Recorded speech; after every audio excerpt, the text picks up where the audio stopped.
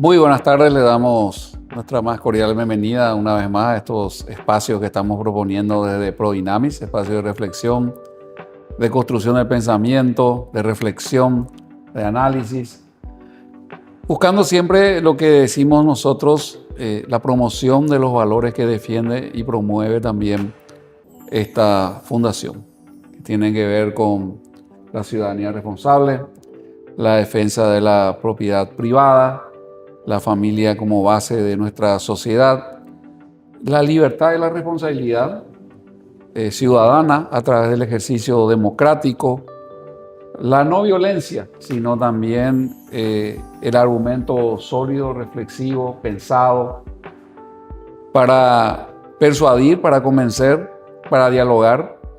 Esos son los temas que nos mueven a nosotros y en estos espacios queremos compartir reflexiones de todo tipo, enmarcados dentro de esos principios y valores.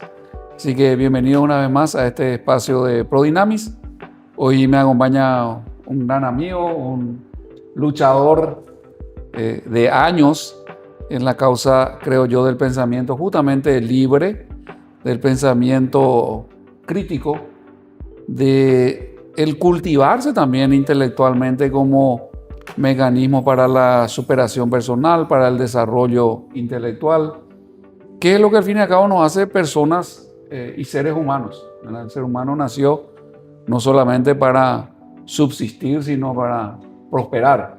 Y en esa prosperidad, obviamente, todo lo que tiene que ver con su base de ideas, sus paradigmas, su cosmovisión, modela de una manera absolutamente definitoria su comportamiento, la manera en la cual esa persona también va a reaccionar eventualmente a ciertas circunstancias.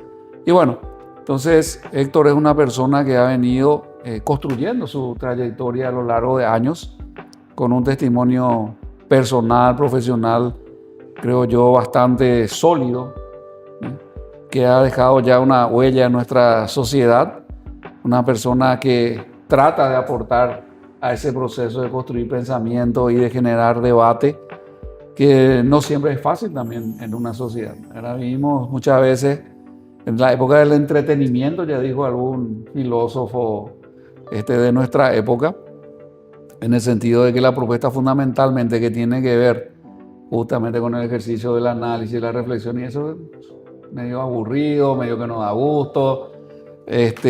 ¿Para qué te complicas la vida? Vamos a hablar de algo más light, más divertido, que nos haga pasar el rato, que no sea tan denso. Voy a venir con estos temas así, medio reído de los pelos. Vamos a disfrutar del momento.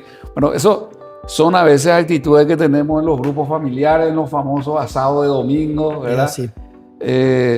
Y es complicado a veces encontrar un espacio y encontrar un contraparte, encontrar, digamos, una persona con la cual poder desarrollar también estas capacidades que tienen que ver con la esencia del ser humano, ¿verdad? El ser humano es un ser racional, nació para la libertad, pero esa libertad en sociedad. Y ese es un gran desafío, equilibrar esas dos dimensiones, pero eso es lo que nos hace seres humanos. Y bueno, y dentro de eso quiero una vez más darle la bienvenida aquí a Héctor. Gracias. Agradecer también la presencia de ustedes que nos están acompañando. Y bueno, uno de los aportes que Héctor ha hecho, creo yo, al pensamiento nacional en los últimos meses, tiene que ver con un esfuerzo que ha tenido su periodo de gestación, su periodo de ver la luz, y tiene que ver con reflexiones sobre la libertad. Y también algunos elementos que son muy, digamos, actuales. Esta discusión o este debate, este análisis en el Paraguay ganó fuerza incluso en los últimos meses cuando se planteó una ley de transparencia, si se quiere, o de regulación a las actividades de las denominadas organizaciones no gubernamentales. Aclaramos que ProDynamis, en esa definición, es una organización no gubernamental porque es formada por personas de manera libre, espontánea, justamente como un espacio en el cual se pueda construir hasta lo que podríamos decir algunas líneas de defensa contra un poder excesivos de parte del Estado, que es algo que el ciudadano responsable, consciente, siempre tiene que estar atento, ¿verdad? Totalmente. La libertad exige esfuerzo, exige, digamos, vigilancia, exige atención y bueno, Héctor es una de esas personas que ha dedicado ya parte importante de su vida, a pesar de ser relativamente joven, en la búsqueda de todos estos elementos para que nosotros podamos tener también una sociedad mejor. Y un producto de ese esfuerzo es este libro que se lanzó meses atrás. En agosto del año pasado. En agosto va a ser un añito. Va a ser un año, ¿cierto? Lobos disfrazados de corderos. Y como subtítulo, usurpación de la sociedad civil por parte de las ONGs. Yo quiero aquí mostrar un poco también el material. Después podríamos estar dando las indicaciones también a través de Prodinami de cómo eventualmente podemos acceder a esto para aquellas personas que estén interesadas en profundizar en su contenido. Pero hoy le tenemos aquí al autor, ¿verdad? Es un gran privilegio tenerte, Héctor. Gracias, Blas. Y bueno, queremos empezar que nos expliques. Primero, creo que las cosas empiezan siempre por la motivación. ¿Qué te mueve o qué te movió a vos a escribir, a hacer este esfuerzo? No es fácil escribir, no es fácil la disciplina, digamos, de volcar los pensamientos sobre un soporte como este. Pero obviamente hay gente que tiene esa vocación. Yo creo que vos sos una de esas personas, así que empecemos un poco nuestro diálogo. Esperamos que sea ameno contigo. ¿Qué te motivó? ¿Qué te llevó? ¿Cómo vino la idea de generar un poco este material? Y sobre todo con, bueno, un título bastante sugerente y un subtítulo más aclaratorio todavía. Así que empecemos con esto, mi querido Héctor. Bueno, gracias. Primero que nada, Blas, celebro este espacio. Yo creo que es fundamental que podamos tener este tipo de organizaciones de la vida civil como Prodinamis en las cuales podamos sentarnos a discutir estos temas. Y por supuesto yo soy un defensor del asociacionismo civil. Creo que tenemos que asociarnos y el libro está dirigido puntualmente a cierto tipo de organizaciones no gubernamentales, no a todas, sino a estas que están pretendiendo de alguna forma organizar la vida en conjunto de una manera totalitaria a través del Estado. Pero con respecto a eso después podemos ampliar. Con respecto a mis motivaciones, este libro surge dentro de la cátedra de Economía e Instituciones de un masterado en Economía que yo estaba realizando con la Universidad Francisco Marroquín de Guatemala y la Escuela de Negocios de Madrid, OMA, en la cual el profesor Nicolai Wenzel, él dijo algo que a mí me pareció extraordinario, un profesor sin lugar a dudas fantástico. Él dijo, nosotros los liberales, los libertarios, hemos sido muy buenos definiendo la sociedad, definiendo el mercado y definiendo el Estado. Somos buenos. Hay una teoría del Estado, hay una teoría del mercado, pero los liberales hemos fallado en definir qué es la sociedad civil. Porque él decía que hay tres ámbitos o tres mundos de la humanidad. Uno es el mercado, por supuesto, el otro es el Estado, la política, y el tercero es la sociedad civil. Y él dijo, a los libertarios les falta una teoría de la sociedad civil. Y yo he leído la Biblioteca Libertaria porque me siento muy afín a esa forma de pensar políticamente, y la Biblioteca Liberal Clásica también. Y efectivamente uno puede encontrar atisbos, uno puede encontrar aproximaciones de pronto sobre lo que es la sociedad o la sociedad civil, pero no una teoría o una articulación absolutamente compuesta, una composición más acabada y refinada. Quizás en algunos autores liberales conservadores como Alexis de Tocqueville o Frédéric Bastiat sí uno encuentra algo así, pero yo encontré que los que mejor definieron la sociedad civil fueron los políticos o los escritores conservadores. Entonces yo en ese proceso me di cuenta, leyéndole a estos autores conservadores, estoy hablando de Miklos Lukács, por ejemplo, un conocido de la casa, Roger Scruton, Michael Oshot, Michael Sandel y otros, Edmund Burke, por supuesto. Yo dije, yo me siento muy afín con lo que dicen estos señores. ¿Y qué decían ellos? Ellos dicen que la sociedad civil no es producto de la planificación estatal ni política, ni tampoco es un producto del mercado. Es algo diferente. Y en ese sentido ellos dicen que la sociedad civil emerge como una consecuencia natural de nuestros afectos. Y en ese sentido ponen en el centro de la sociedad civil a la familia tradicional y evolutiva, padres e hijos. ¿Y por qué? Y fundamentalmente porque dentro del ámbito familiar se nos enseñan las costumbres, los hábitos que perfeccionan las relaciones sociales, que hacen que la vida social sea dulce y tierna. El hábito de esperar que el otro hable, el hábito de escuchar, de esperar a sentarnos todos juntos a la mesa, decir por favor y decir gracias.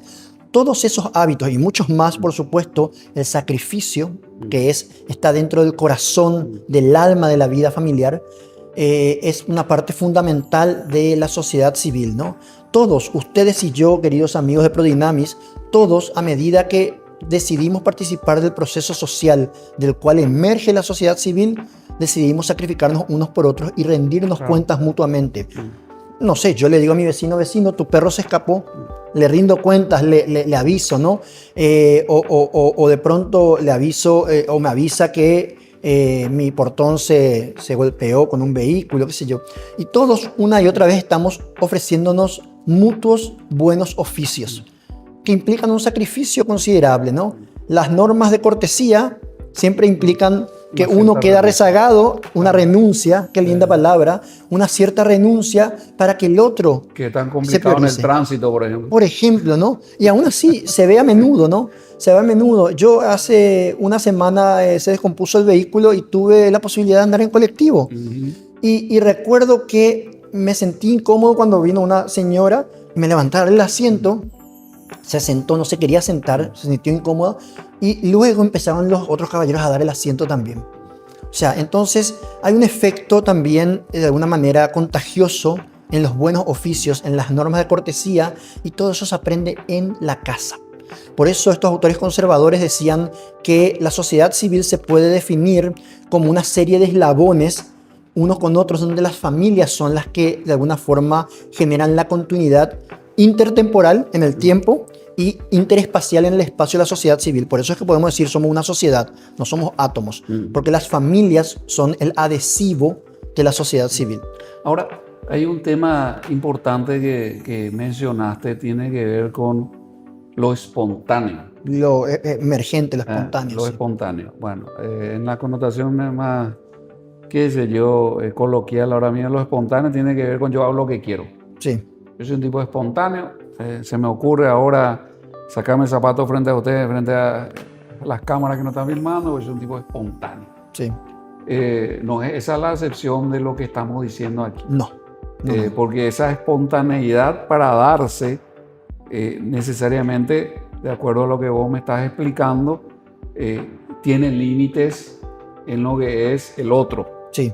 Mira, yo no se puede tan espontáneo a costa del otro. Absolutamente. Entonces, ese es un primer elemento que me parece interesante y me gustaría que te explayes un poco más sobre ese orden, porque suena hasta medio contradictorio. Orden espontáneo. ¿Verdad? Totalmente. De la espontaneidad, es decir, de hacer algo, vamos a decir, eventualmente no planificado o no esperado o inesperado, que es lo que nosotros tenemos por espontáneo coloquialmente. Insisto, Neto, aquí estamos hablando de otra acepción que aplicada a la sociedad produce orden. De filosofía social, ¿no? Sí. Efectivamente hay un autor, un economista alemán que se llama Wilhelm Röpke. Wilhelm Röpke, posiblemente los que hablan alemán se están tomando de la cabeza de escucharme, pero vamos a disculpar eso, ¿no? Y este señor decía que la sociedad humana es una especie de anarquía ordenada. Lo que usted mencionaba, ¿no? ¿Qué es un orden espontáneo? Es una anarquía ordenada, parece que invierte los términos. Y él decía, todos los días millones y millones de personas se levantan más o menos a la misma hora. Más o menos todos estiran la mano para tomar un cocido con leche o un cocido. Más o menos todos salen a la misma hora de su casa. Más o menos todos, de alguna manera, articulan relaciones con los mismos códigos.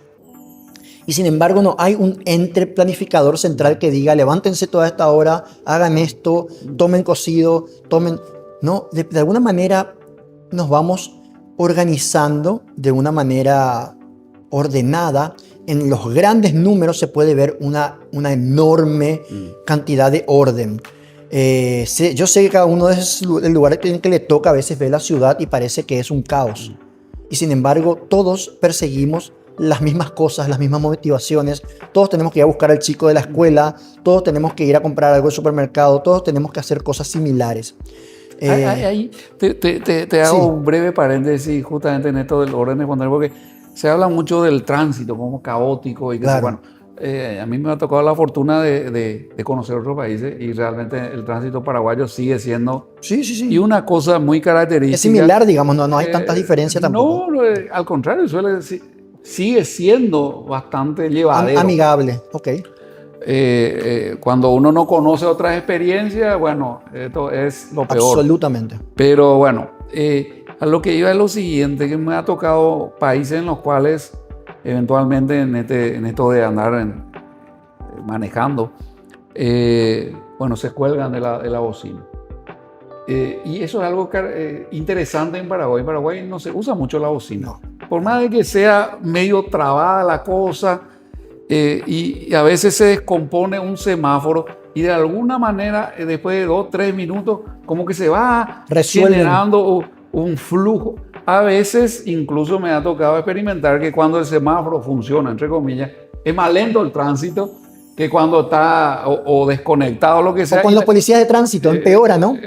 Bueno, no diría hasta ese punto, claro, que tal vez en ciertas circunstancias, pero es como, estoy tratando de entender lo que vos estás tratando de explicar, y creo que esta es una metáfora, un ejemplo medio interesante para poder, el tránsito. digamos, darle una forma más entendible al concepto, en el sentido de que si yo veo que de repente, bueno, no faltará digamos, el prepotente, no faltará el sinvergüenza, el atrevido, pero en general el 70-80% de las personas más o menos como que de alguna manera encuentran la manera de interactuar sin agredirse, por decirlo. Absolutamente. Y empieza a fluir el tránsito, ¿verdad? De alguna manera, más trabajo, menos trabajo, pero vos salís, ¿verdad? Sí.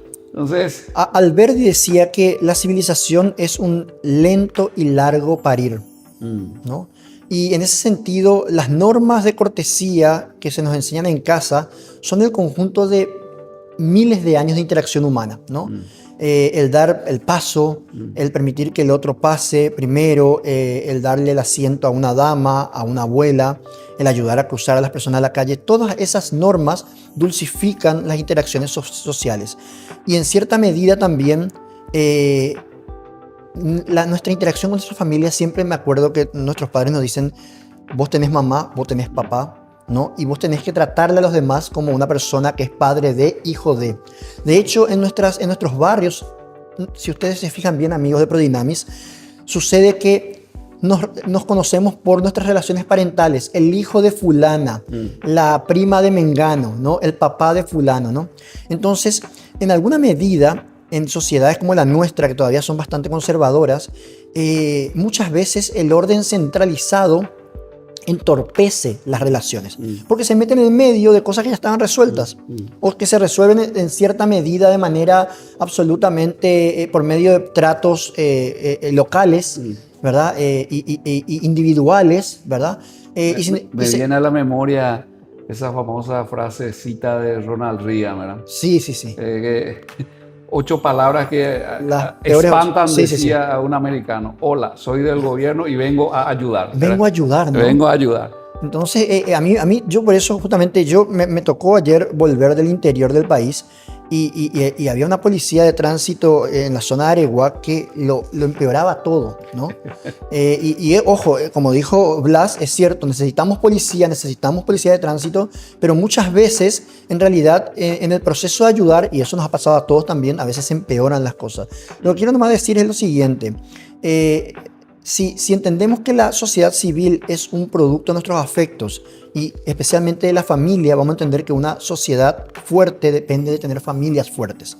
Porque en las familias es donde se aprenden los hábitos civilizatorios. ¿Qué es ser un ciudadano? Y así ser civilizado. ¿Y dónde se aprende a ser civilizado? En la familia. No sé si les pasaba a ustedes, pero había que esperar que el papá se siente, que la mamá se siente para comer. Eso implica dominar los apetitos, no atropellar la mesa. Habían normas de conducta en la mesa. Y uno piensa que eso es poca cosa, pero en realidad nos están enseñando a domesticar el animal que tenemos adentro. Que si fuera desatado, no habría sociedad, porque sería lo que dice Thomas Hobbes: el hombre es el lobo para el hombre, ¿no? Sí, liberaríamos al lobo ¿verdad? Y al cabo lobo de los corderos. Efectivamente. Entonces, a ver, recuerdo, por ejemplo, uno de los autores que vos citaste, de Tocqueville, cuando analizaba la sociedad americana en el siglo XIX, ¿verdad? Y a mí me tocó también la fortuna de estar unos 15, 20 días por Estados Unidos, y me sorprendió la fortaleza, digamos, de lo que podríamos decir las relaciones locales. Sí. El mundo del americano medio es lo que ellos llaman su distrito. Tienen el distrito escolar, tienen, qué sé yo, el operador vamos a decir, de agua, tiene el distrito vial, tiene un montón de estamentos en donde los ciudadanos están representados y forman parte de una especie de gobierno colectivo que hace a lo que es su interés inmediato. Y es muy interesante, digamos, esa concepción de sociedad civil. Sí. La sociedad civil autónoma, la sociedad civil como, digamos, un depositorio de sabiduría colectiva que se fue construyendo a lo largo de los años, que hay que apreciar, que hay que entender. Ahí me viene a la mente una famosa frase del amigo Marx, que me parece también el colmo de la tontería, pero que suena wow, que es la sociedad no hay que entenderla, hay que transformarla. No se trata de entender la sociedad, se trata de transformar. Bueno. Ahora, yo me pregunto cómo pretendes transformar algo que no entendés. ¿Verdad? Sí. Entonces, muy presuntuoso, ¿no? Sí, y entonces esta sociedad civil, así como la estamos definiendo, requiere respeto y requiere también un ámbito propio de actuación que tiene que ser incluso preservado por el Estado. Totalmente. De hecho, a los jóvenes, de hecho todos habrán visto Spider-Man, ¿no? La película. Y Spider-Man, su seudónimo es el buen vecino. Porque la figura del buen vecino en los Estados Unidos es fundamental, ¿no? El vecindario, donde se resuelven muchos problemas de manera absolutamente local, particular, por medio del asociacionismo libre entre las partes, sin un dirigismo estatal. Y donde cada vecino cumple su rol. Su rol, ¿no? Donde constantemente se están comentando detalles vecinales, se están cuidando mutuamente. Y esto en Paraguay pasa muchísimo, ¿no? Yo sé que efectivamente a veces muchas iniciativas filantrópicas locales, las polladas, están mal vistas hoy en día, ¿no? Pero yo quiero nomás mencionar lo siguiente, ¿no? Eso muestra en gran medida el emprendedurismo local para resolver problemas locales, ¿no? Porque cada vez que el Estado quiere resolver algo desde un escritorio que está a 300 kilómetros de distancia, un burócrata tiene la arrogancia de querer resolverlo así, termina metiendo la pata y termina siendo más caro. Bueno, entonces, a la vuelta, vamos a hacer un pequeño intervalo, pero en el siguiente bloque me vas a explicar entonces qué no es la sociedad civil según las ONG, que entiendo que es el núcleo de tu trabajo, ¿sí? De tu libro, pero eso lo vamos a desarrollar en el siguiente bloque.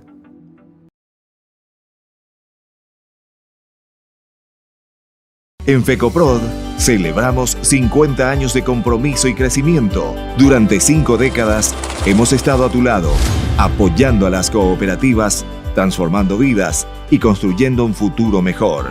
Desarrollamos proyectos que generan oportunidades. Promovemos la solidaridad y fomentamos el trabajo en equipo. Juntos hemos sembrado sueños y cosechado logros. FECOPROD, 50 años desarrollando juntos un país. 8 años de un camino que hemos recorrido con nuestras asociadas. Concopar ha sido el puente entre el esfuerzo individual y el impacto colectivo. Un motor de cambio, promoviendo oportunidades, innovación y desarrollo para cada rincón del Paraguay. Hoy, el cooperativismo es más fuerte, más comprometido, transformando realidades. Seguimos avanzando hacia un futuro más sostenible. Concopar, 8 años, sembrando cooperación y cosechando progreso.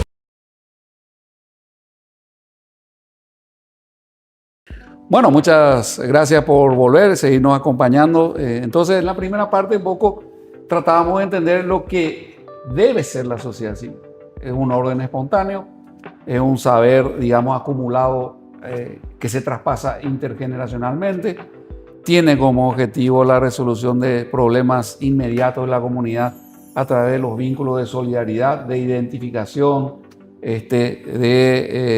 vamos a decir, empatía, cosas de esas que son características inherentes a la personalidad humana. Un ser humano que carece de estas habilidades o de estos, digamos, y rasgos de carácter es un asocial.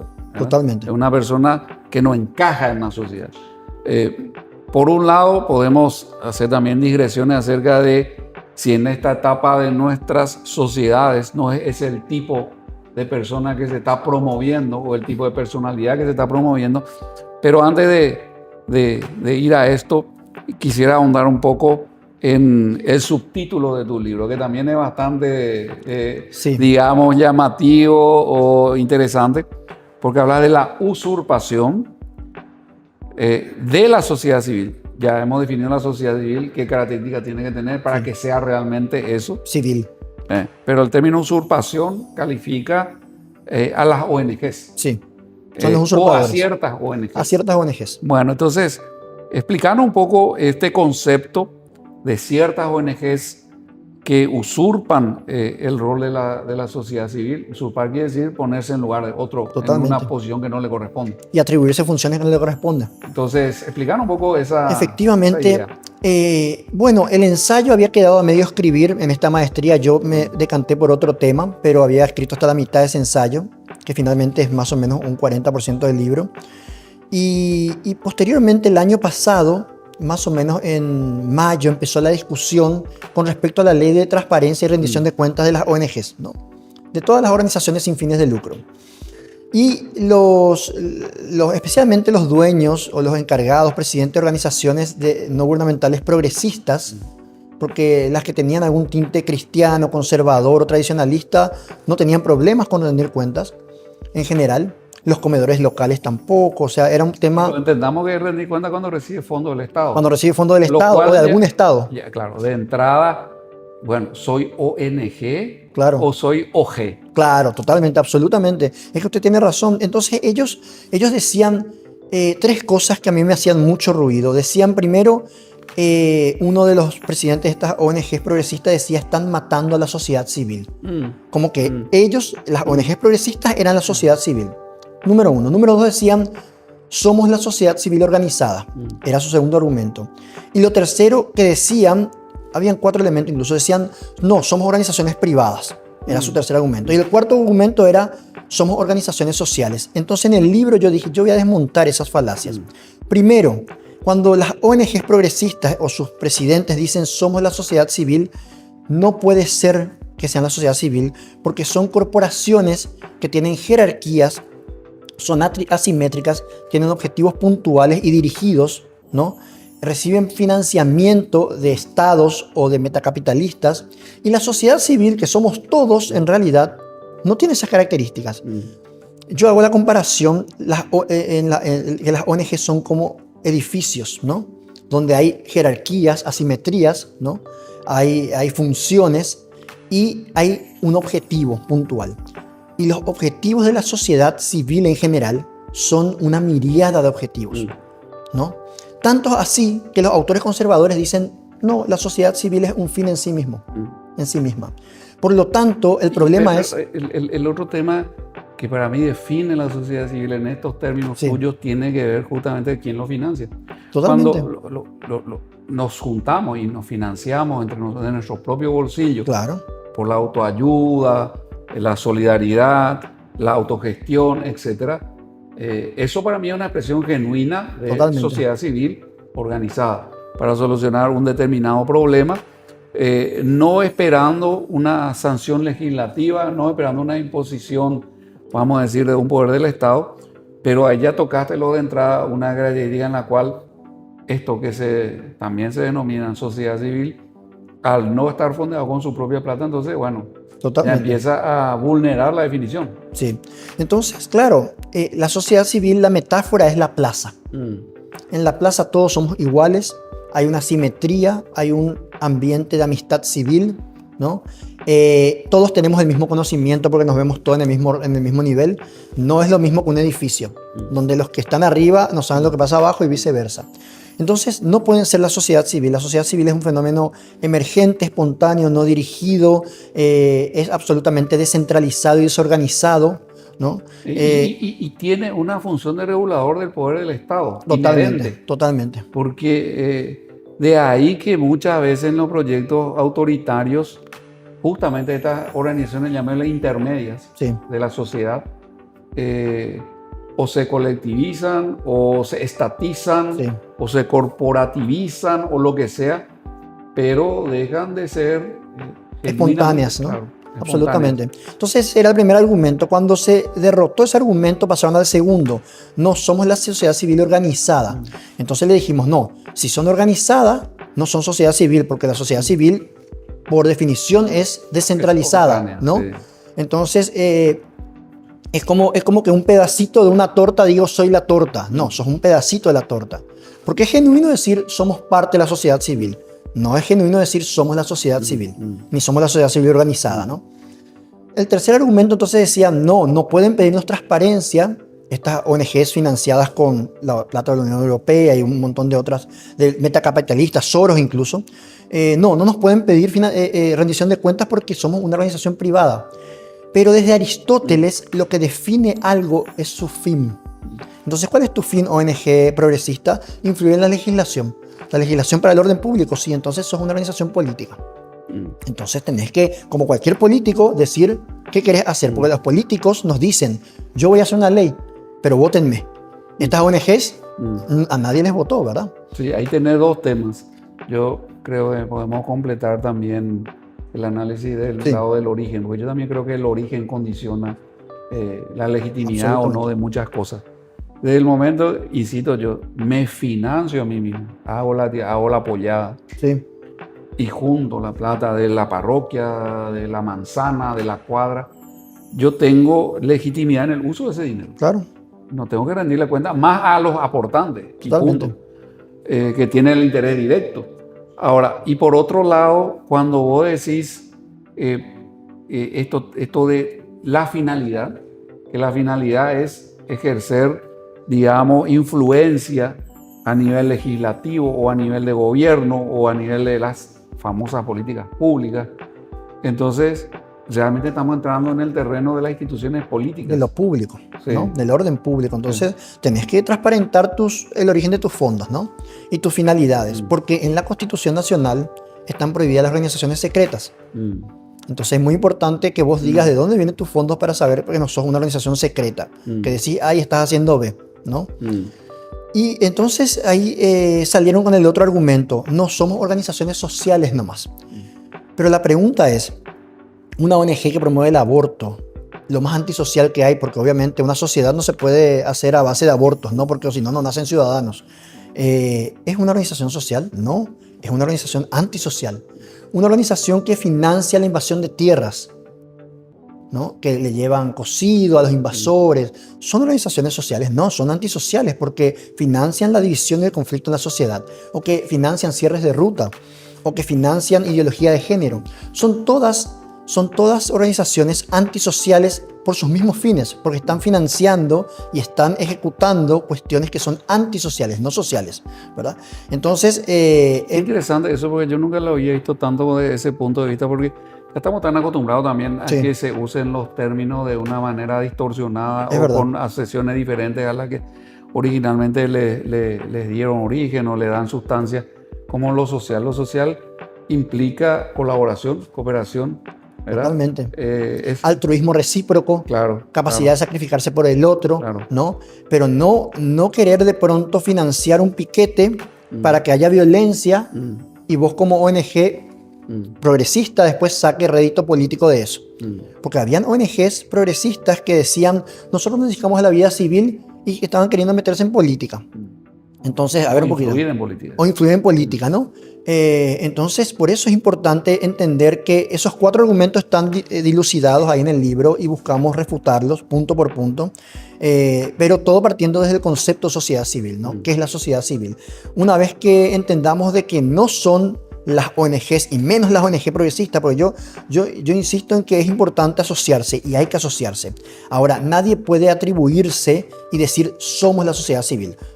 A mí me gusta mucho cuando dicen, es más, yo considero válido querer influir en la legislación desde una ONG, pero decilo y decir quién te financia, ¿no? En Estados Unidos es absolutamente válido. De hecho, las leyes de cabildeo ya implican los gobernadores, los senadores, los representantes pueden recibir financiamiento de corporaciones, tienen que blanquear nomás. Entonces, acá es lo mismo, ¿no? ONG progresista, ¿querés influir en la legislación? Sí, ok. No me digas que sos la sociedad civil, sos una organización de lobby. ¿Verdad? De lobby. Genial, no pasa nada.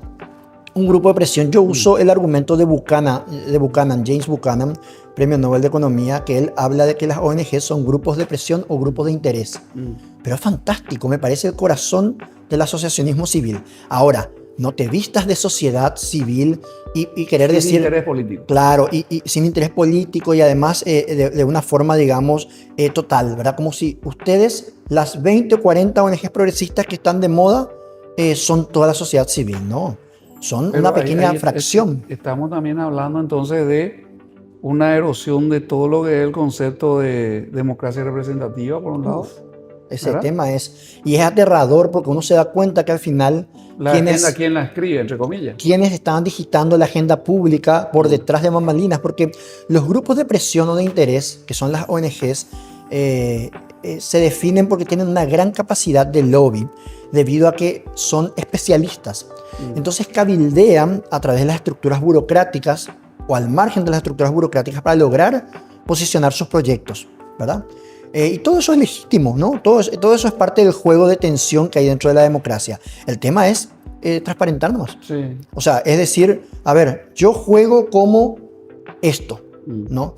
No es que soy un cordero, soy lobo, ¿no? Entonces, no pasa nada, los lobos tienen que jugar también, pero decir que sos lobo, no digas que sos cordero.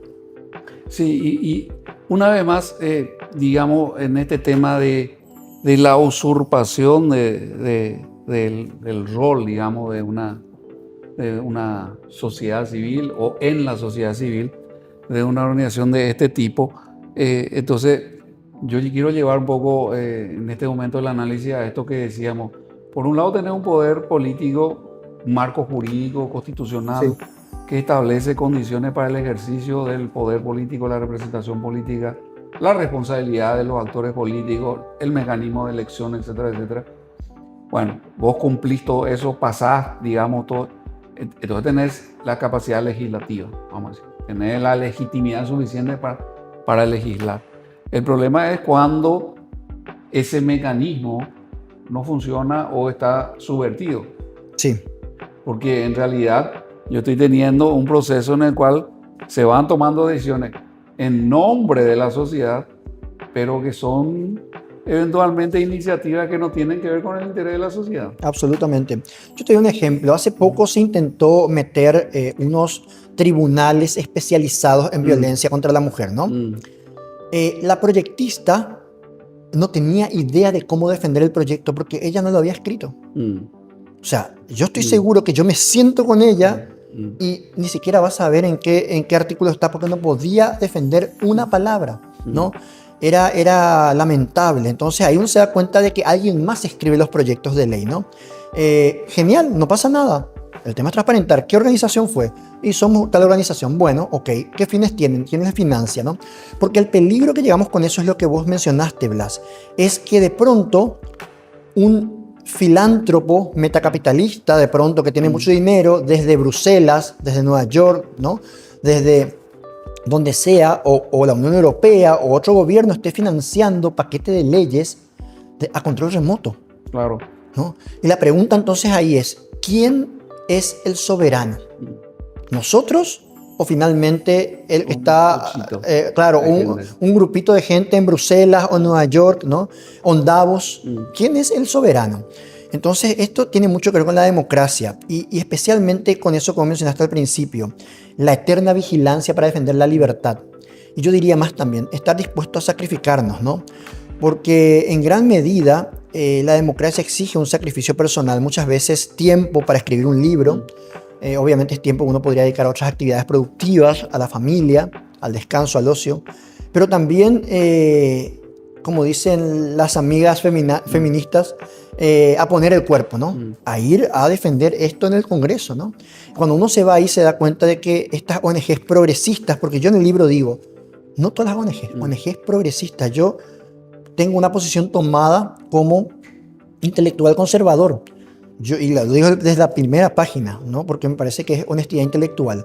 Y las ONGs progresistas son las que procuran gobernar la vida de todos a través del Estado. Las ONGs conservadoras nos asociamos, procuramos resolver problemas locales, problemas de la comunidad local, digamos, pero en general no estamos buscando hacer lobby para gobernar la vida del resto de las personas. Los comedores cristianos, las organizaciones de ayuda mutua cristiana, de hospicio, de asistencia, los orfanatos cristianos, las organizaciones de la vida civil que tienen fundamentos cristianos, no estamos detrás de organizarle la vida al vecino. Estamos resolviendo problemas. Ahora, estas ONG están procurando incidir en la legislación local para, en general, ocasionar capturas regulatorias y convertirse en los dueños del chiringuito. Entonces, por eso es que esta gente suele vivir de los pobres. Porque como tienen leyes que les favorecen, después ellos son los únicos que pueden organizar tales aspectos de la realidad. Tales ONG se dedican a tal cosa, ¿no? Yo trabajé en el Ministerio de la Niñez y la Adolescencia y está inficionado, está absolutamente cooptado por ONGs. Ahora están peleando bastante, pero es dificilísimo, porque una vez que toman, sácale de adentro. Y eso ya te lleva a otra etapa tal vez de un proceso, sí, que tiene que ver con la multiplicación de entidades estatales. Sí. Porque primero saco la ley, después tengo que crear el órgano que aplique la ley. Totalmente. O sea, cada vez más Estado, cada vez más regulación, cada vez menos autonomía, cada vez menos libertad. Y no solo menos libertad, para mí el concepto claro aquí es menos responsabilidad, porque lo que a mí me hace un ciudadano sí, es la capacidad de ser responsable de mis actos. Totalmente. Yo tengo que responder de mis actos, ¿verdad? Y cada vez menos sociedad civil, te diría. Sí. A más Estado, menos sociedad civil. De hecho, en la Unión Soviética, la sociedad civil quedaba en los márgenes de la sociedad y ellos se reunían a leer poesía, a leer libros. Sí, pero en la clandestinidad. En la clandestinidad. Quedan en la sociedad civil Queda mira a en la los clandestinidad. márgenes. No, ya no, en los a los márgenes, en la clandestinidad. ¿no? En la clandestinidad. Y en ese sentido, todo proyecto autoritario busca justamente, digamos, la cooptación de ese nivel, llamémosle intermedio, ¿verdad?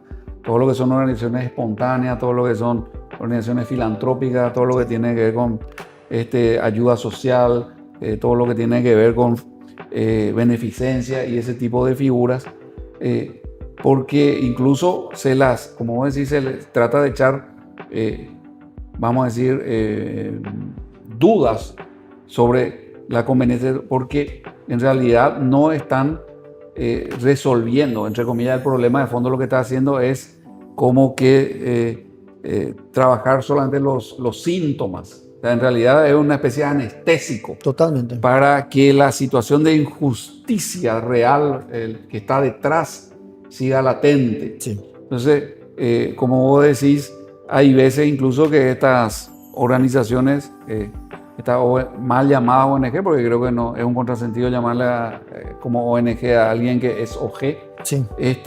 Incluso empiezan a denostar a las que son realmente de la sociedad civil auténtica. Absolutamente, vas a eso. Te voy a dar dos ejemplos que yo viví, porque yo trabajé en el Ministerio de Educación un año y trabajé casi 3 años en el Ministerio de la Niñez. Vos entras a los ministerios y si vas por las oficinas vas a ver carpetas de todas las ONGs. Pues claro, llevan sus carpetas y se quedan ahí y se usa para juntar papeles. Entonces, las carpetas de colores por todos lados.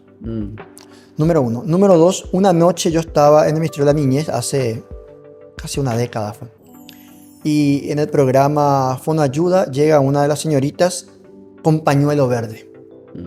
de aborto, ¿no? Entonces ahí te das cuenta del nivel, Ministerio de la Niñez, y teníamos una promotora del aborto legal, seguro y gratuito, supuestamente, ¿no? Dentro del Estado, ¿no? O sea, en el Ministerio de la Niñez, y según el Pacto de San José de Costa Rica, según la Convención de los Derechos del Niño, artículo 4, o sea, la infancia comienza desde la concepción. O sea, se protegen los derechos del niño desde la concepción. Son todos pactos internacionales, la Constitución Nacional también. Nuestra norma sobre los niños también, ¿verdad? O sea, y sin embargo, el ministerio contrataba personas pro aborto y declaradamente haciendo militancia pro aborto en el mismo ministerio. Entonces, ese es el nivel de envenenamiento en las instituciones que tenemos. Por eso este libro picó mucho, porque el tema con los lobos disfrazados de cordero es que el cordero que está digamos, por dentro tiene el lobo, está en el rebaño, está adentro. Sí. Están adentro, ese es el problema. Y por eso es muy difícil pelear contra esto, ¿no? Porque hay una serie de intereses creados, enquistados, empotrados, establecidos, y que muchas veces lastimosamente incluso nos toca de cerca, porque a veces personas que parecen aliados no eran tan aliados, ¿no? Entonces se declaraban conservadores, patriotas o libertarios, pero también estaban montando su kiosco dentro del Estado. Bueno, muy interesante esto que nos cuenta Héctor. Yo quiero, antes de ir cerrando esta entrevista contigo, esta primera entrevista, Gracias. esperaría que tengamos muchas más. Hay una institución específica también dentro de lo que es la sociedad civil, como decir, que es el mercado. Sí. Que es muy, muy atacado, ¿verdad? Yo creo que la gente no termina de entender cuál es la función del mercado o por qué son importantes los mercados libres. ¿Por qué también los proyectos autoritarios desde el punto de vista político siempre intervienen en los mecanismos de precios? Sí. Veíamos el kirchnerismo en Argentina. Sí, acá al lado. Bueno, acá también, acá también tenemos, ya hemos tocado en ProDinami el tema de control de precios.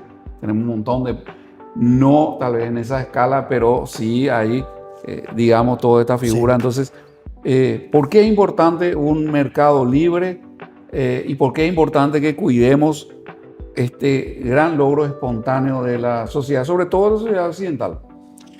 Bueno, primero, porque la libertad es parte intrínseca de la dignidad humana. Por lo tanto, hay que respetar los intercambios voluntarios y pacíficos de las personas.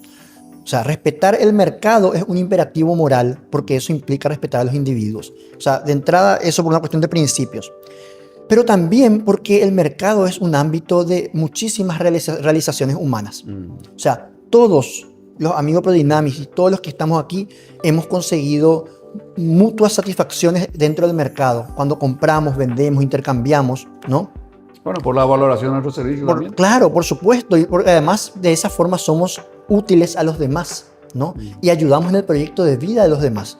Cuando yo ofrezco un producto, finalmente lo que estoy ofreciendo es la posibilidad a mi prójimo de que consume su proyecto de vida.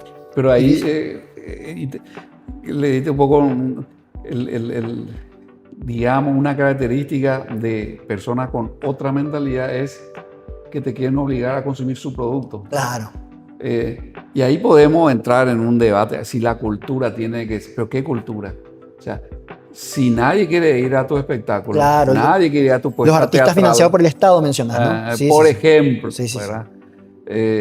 Porque ahí casi nadie tampoco levanta ninguna voz de alerta, pero es que con este tipo de prácticas va avanzando detrás el reto del desfile, por decir absolutamente, así.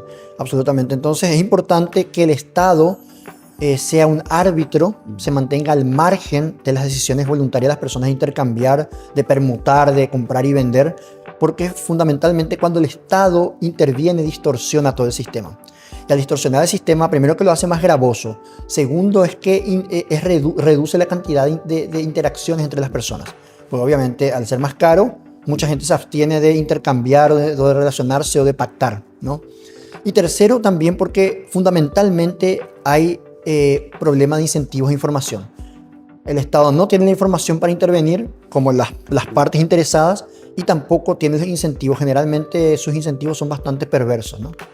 Y diría yo, para cerrar esto, distorsión para mí es sinónimo de privilegio. Absolutamente. vas a crear, cuando vos distorsionás algo que no es fruto del espontáneo devenir de la sociedad, libre y autónomamente hablando, vas a devenir en una situación de privilegio para alguien y de postergación para otro. Sí. Por supuesto que hay casos extremos en los cuales sí, por solidaridad ya superior, incluso como sería, qué sé yo, un conflicto armado donde el ciudadano Claro. tiene que ya servir. Estamos hablando de otras cosas. Totalmente. Y otro tipo de ejemplos que también pueden ser válidos en ese sentido. No estamos hablando de que no tiene que haber ningún tipo de solidaridad social más allá de los vínculos directos de personas entre personas conocidas nomás. Sí. Casi que medio tribal nomás la cosa. No, tenemos responsabilidades para con No, totalmente. el resto de nuestra sociedad, para nuestro país, para nuestra patria. No estamos hablando de eso, pero en general cuando empieza ese intervencionismo, por un lado empezás con estas distorsiones y el tema también es que cuando esto gana fuerza, atajate, porque ahí sí también hay un crecimiento absolutamente exponencial del tamaño del Estado. Sí. Y esos son temas que vamos a seguir tocando con Héctor en sucesivas entrevistas aquí, en sucesivos diálogos, conversaciones con él que vamos a tener a lo largo de las siguientes semanas en este espacio de ProDynamis que queremos compartir con todos ustedes. Muchas gracias por su atención, muchas gracias por estar ahí, por acompañarnos y hasta la próxima.